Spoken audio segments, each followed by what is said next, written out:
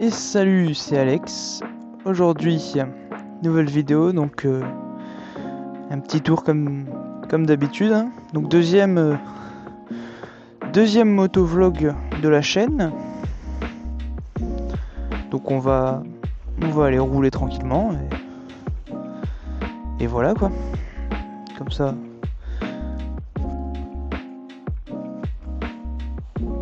Hop. Allez, on est parti.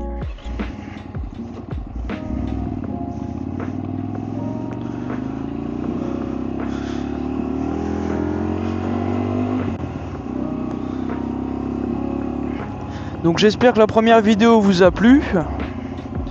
C'était assez sympa à faire.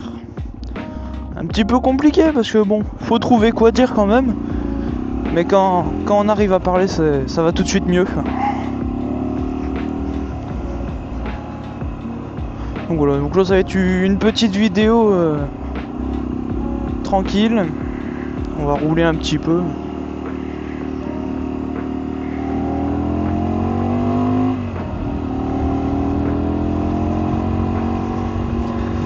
Et fermer la visière, ça va faire du vent sinon.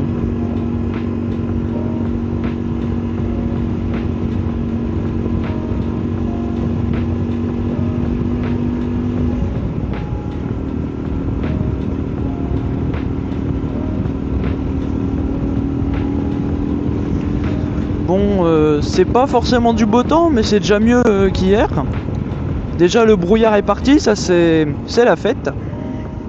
Plus de brouillard, les routes sont sèches, mais toujours aussi dégueulasses. Ça ne changera pas malheureusement. Comme tous les hivers de toute façon. Si les routes sont dégueulasses une fois, après faut qu'il pleuve pour que ça se nettoie, mais bon, donc on a l'air d'avoir un mois assez sec pour l'instant. Enfin, si on ne compte pas la brume, l'humidité de la brume. C'est sûr que si on n'a pas eu forcément de pluie à part entière pour l'instant, ça devrait le faire.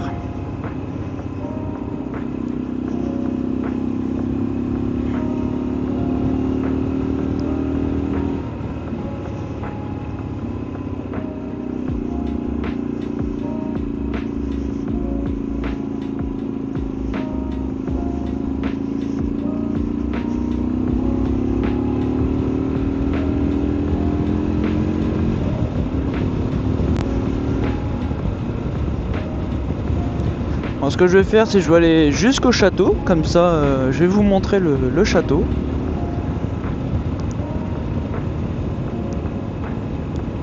Ça fera un petit peu le plan de la vidéo quoi. Ça va être l'objet principal à voir.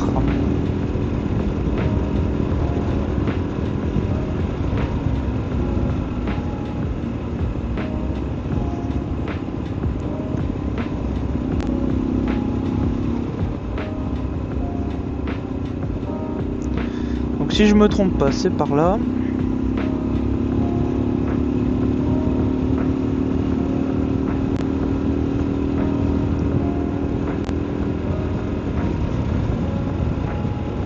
Oh, marrant ça. On voit des belles choses quand même.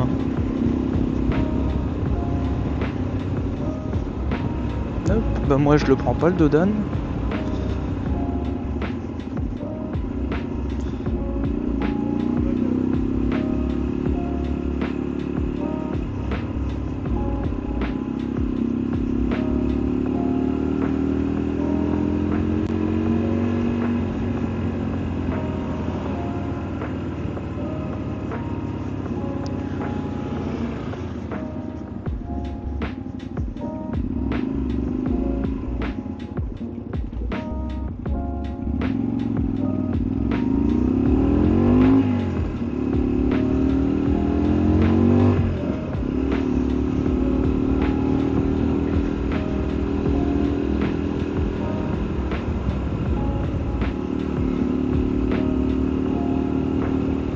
Ah donc c'est ici qu'il a ouvert.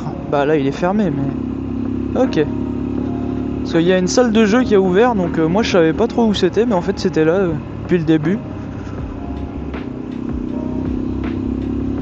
Ouais bah c'est pas mal.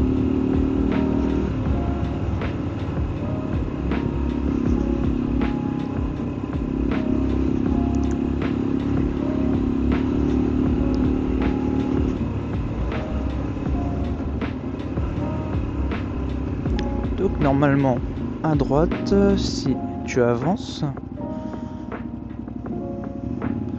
Allez, y a personne. Il doit être perdu, il doit pas trop connaître la ville.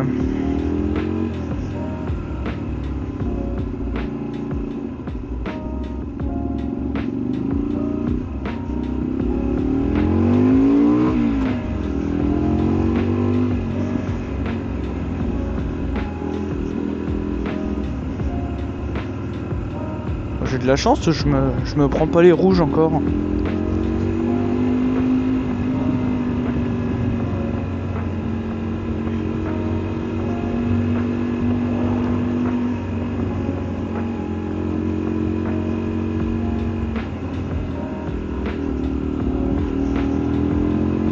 Qu'est-ce qu'il y a comme Dodan quand même maintenant?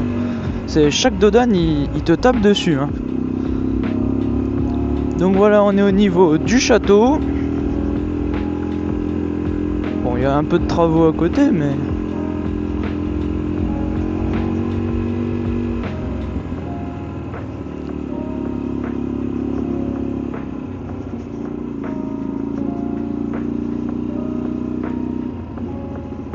Alors, attends. Comment on fait? Toc. Donc voilà, je vais mettre là vite fait pour contempler la vue.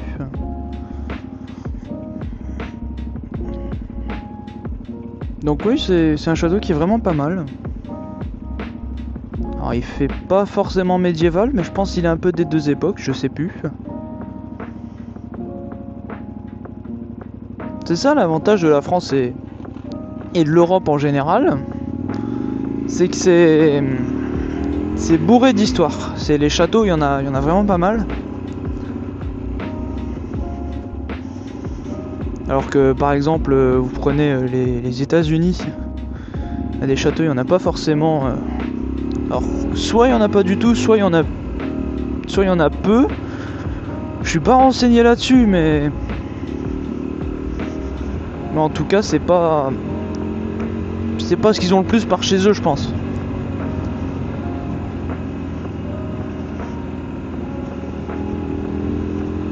Alors le feu rouge, bon bah on va se le prendre. Donc là, tous les remparts, là, c'est vraiment magnifique comme château.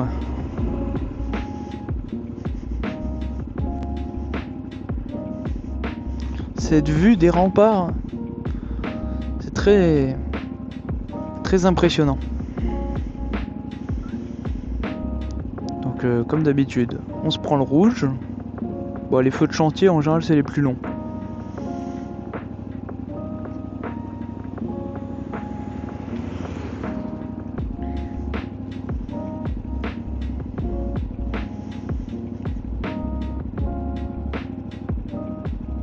Mais c'est pas mal. Et on voit bien toutes les meurtrières, toutes les petites fentes là à droite. Et il est beau ce château. Bon, bah là c'est les remparts, mais le château en lui-même généralement est beau. Alors je sais pas combien de temps il est censé durer ce feu, mais si c'est pour qu'on se le prend 2h30, j'ai le temps de tomber en panne d'essence. Ah bah non, c'est bon. Je me disais en même temps.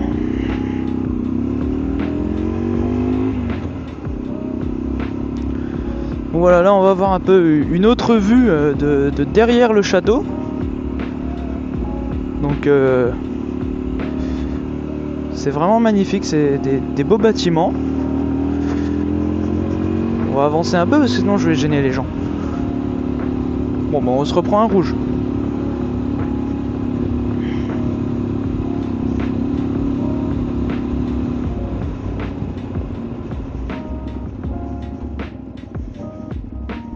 Hop.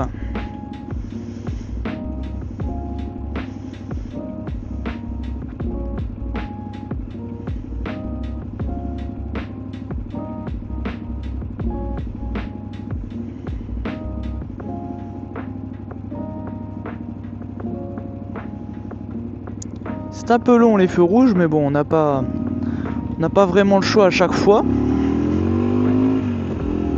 On va passer.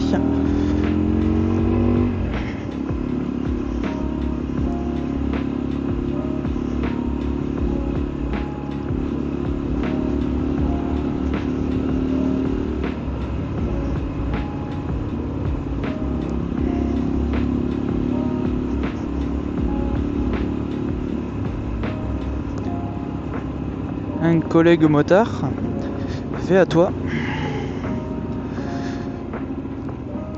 C'est la deuxième que je croise aujourd'hui. On a un peu plus que d'habitude, ça va. Ah, hier après c'était normal avec la météo qu'on avait. C'était pas ce qu'il y avait de mieux à faire de sortir la moto. Là on est dimanche, il fait un temps relativement correct. Donc c'est pas mal pour se balader hein, avant l'hiver, parce que si après c'est bon l'hiver, s'il gèle ou si... Le froid encore à la rigueur c'est pas grave, tant qu'il gèle pas. Mais à partir du moment où il gèle, il neige, même si bon par ici la neige c'est coup-ci coup-ça. Mais du moment qu'il pleut pas, qu'il gèle pas, bah, qu'il neige pas, qu'il vente pas trop, s'il fait 5 degrés, je roule, ça permet de rouler tout aussi bien. C'est pas un problème très important. Après s'il fait moins 5 mais qu'il gèle quand même pas, là oui ça peut se discuter de rouler parce que bon la moto c'est pas trop le problème, mais bon les limites ça va être le bonhomme surtout hein. Le pilote lui faut qu'il puisse supporter un minimum, parce que malgré de l'équipement contre le froid, bah, le ressenti qu'on se prend en moto avec la vitesse, et bah, plus tu vas vite systématiquement plus tu vas avoir froid. Par exemple je crois que c'est si tu roules à 80 par 5 degrés, je crois que tu as un ressenti de 0 ou de température négative peut-être, je sais plus. Mais là il fait bon, il fait 14 degrés à peu près, 13-14 degrés, donc ça reste roulable.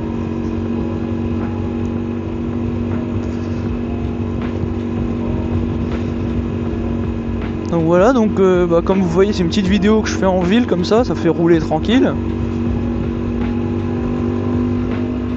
Ça change de la grande route.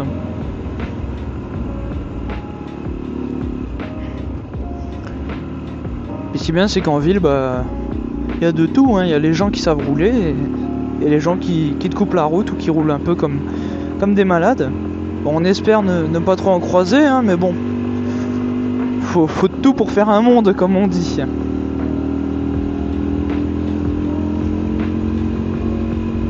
Là c'est pareil, par exemple, la Peugeot grise devant, il a accéléré alors qu'il y a le Dodane.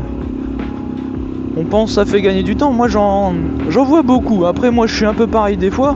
Mais c'est vrai que quand on y réfléchit, entre deux Dodane par exemple, bah il n'y a pas besoin d'accélérer. Ou là c'est pareil, il y a un feu rouge là-bas, je vais pas m'amuser à accélérer alors qu'il passe au vert. Ça évite de freiner par la suite si jamais il y a des voitures qui mettent du temps à redémarrer. C'est la conduite économique, comme ils nous apprennent à l'auto-école. Même si c'est pas forcément la conduite la plus adaptée à toutes les situations, mais... Bon, déjà qu'une 125 comme celle-là, ça consomme peu. Avec un plein, c'est donné pour 350-400 km. Donc c'est vraiment pas mal.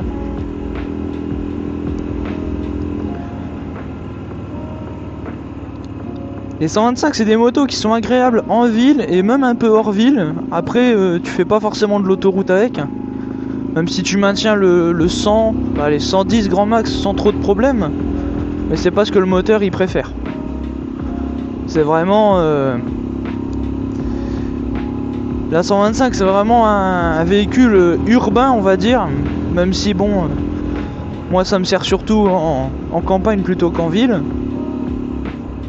Mais ça sert très bien dans les deux sens quoi. Et puis c'est quand même plus agréable de rouler sur des routes, des nationales ou des départementales, que de se prendre de l'autoroute pendant 1 heure. Je préfère quand j'ai le temps, petite Alpine. Je préfère quand j'ai le temps de prendre les petites routes et plutôt prendre son temps, tu vois, s'il faut partir une petite vingtaine de minutes à l'avance. Et comme ça au moins, comme ça évite les problèmes. Parce que les 125 c'est pas ce qu'elles aiment le plus, de rouler à fond dans les tours. Là pour être à 100 par exemple je suis à 10 000 tours. Donc on s'amuse pas à maintenir le 100 pendant une heure ou deux quoi.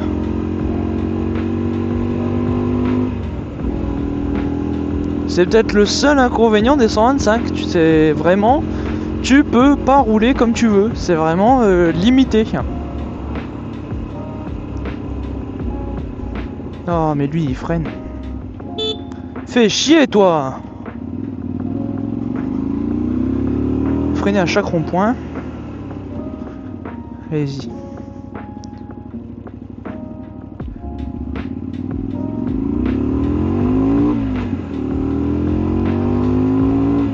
Ça, par exemple, le comportement comme on avait avec la Peugeot grise, c'est totalement incohérent. C'est à quel moment tu t'arrêtes au rond-point alors que tu vois personne à 10 km à la ronde.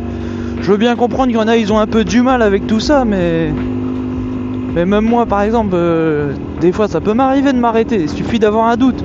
Mais à chaque rond-point, c'est un peu usant. Après les gens ils font comme ils veulent, hein, je vais pas... Mais à part perdre du temps quoi, c'est...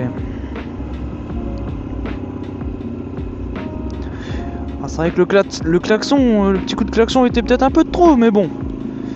Quand on réfléchit pas...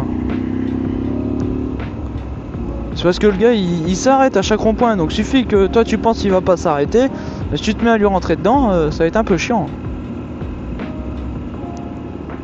Donc voilà.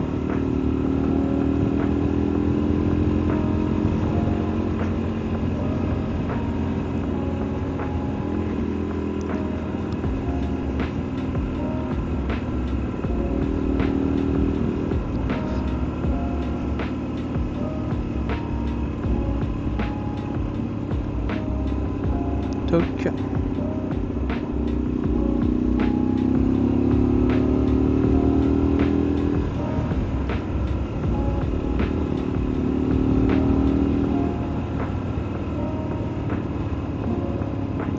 Donc c'est un petit tour, hein, on tourne un peu en rond, mais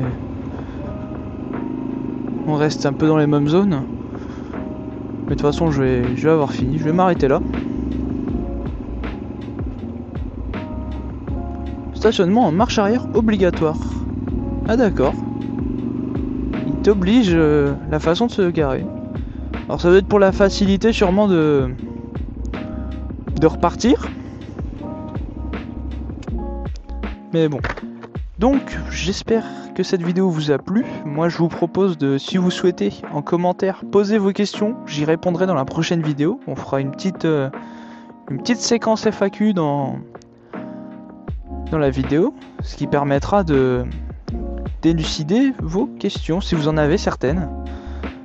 Bon, après je répondrai pas forcément si c'est trop privé, mais je vais sélectionner quelques questions, 3-4 comme ça, pour à chaque vidéo à peu près, s'il faut faire une petite séquence questions des abonnés. Donc voilà. Donc j'espère que tout ça vous a plu. En tout cas, moi ça me plaît de faire des vidéos, c'est le principal. Si ça vous a plu, n'hésitez pas à vous abonner, à partager tout le tralala si vous avez envie, j'oblige personne. Donc c'était Alex, je vous dis à plus.